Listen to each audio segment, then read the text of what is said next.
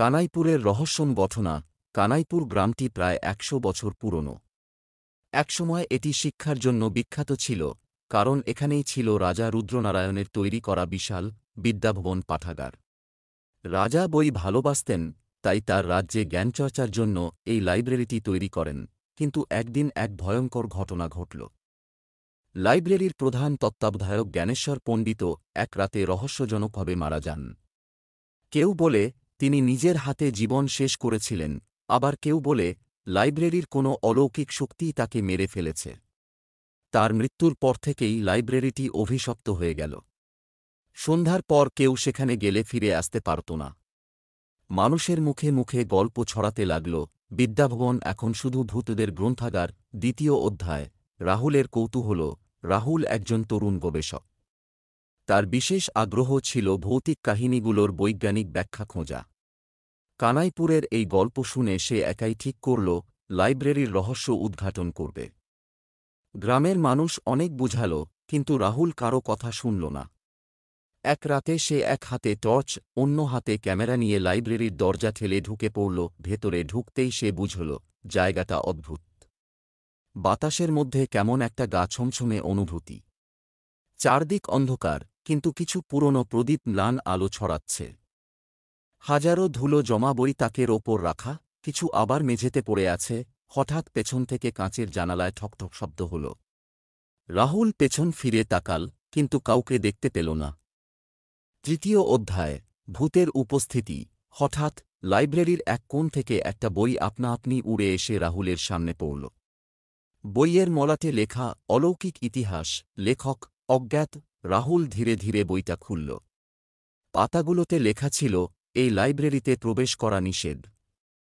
যে এখানে আসবে সে আর ফিরে যাবে না। রাহুলের শরীর শীতল হয়ে গেল। বইয়ের পাতা উল্টে যাচ্ছিল আপনা আপনি, যেন কেউ অদৃশ্য হাত দিয়ে পড়ছে। হঠাৎ লাইব্রেরির এক কোণ থেকে একটি ফিসফিসানি ভেসে এলো, তুমি আমাদের বিরক্ত করছ, চলে যাও। রাহুল টর্চ তাক করল সেই দিকে, কিন্তু কাউকে দেখতে পেল না। এরপরেই শুরু হল আসল ভয়ঙ্কর দৃশ্য। চতুর্থ অধ্যায়। বিভীষিকার শুরু। লাইব্রেরির সব বই তাক থেকে ঝড়ের গতিতে নিচে পড়তে লাগল। বাতাস ভারী হয়ে উঠল। চারপাশে অসংখ্য কণ্ঠস্বর শোনা যেতে লাগল। কেউ হাসছে, কেউ কাঁদছে, কেউ আবার শাস্ত্র পাঠ করছে। রাহুল দৌড়ে দরজার দিকে যেতে লাগল, কিন্তু দরজা বন্ধ। একটা পুরনো আয়নায় সে নিজের প্রতিবিম্ব দেখল, কিন্তু তার পাশে ছিল আরেকটি ছায়ামূর্তি। সে ধীরে ধীরে মুখ তুলতেই দেখল একজন কঙ্কালসার বৃদ্ধ তার দিকে তাকিয়ে দাঁড়িয়ে আছে।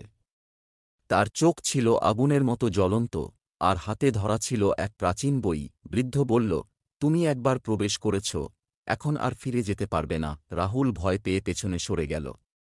আয়নার প্রতিবিম্ব থেকে এক জোড়া হাত বেরিয়ে এলো, তার কাঁধ চেপে ধরল। সে প্রাণপণে চিৎকার করল, কিন্তু বাইরের কেউ শুনতে পেল না। পঞ্চম অধ্যায়। রহস্যের সমাপ্তি। পরদিন সকালে গ্রামের কিছু মানুষ লাইব্রেরির দরজা খুলে ভেতরে ঢুকল।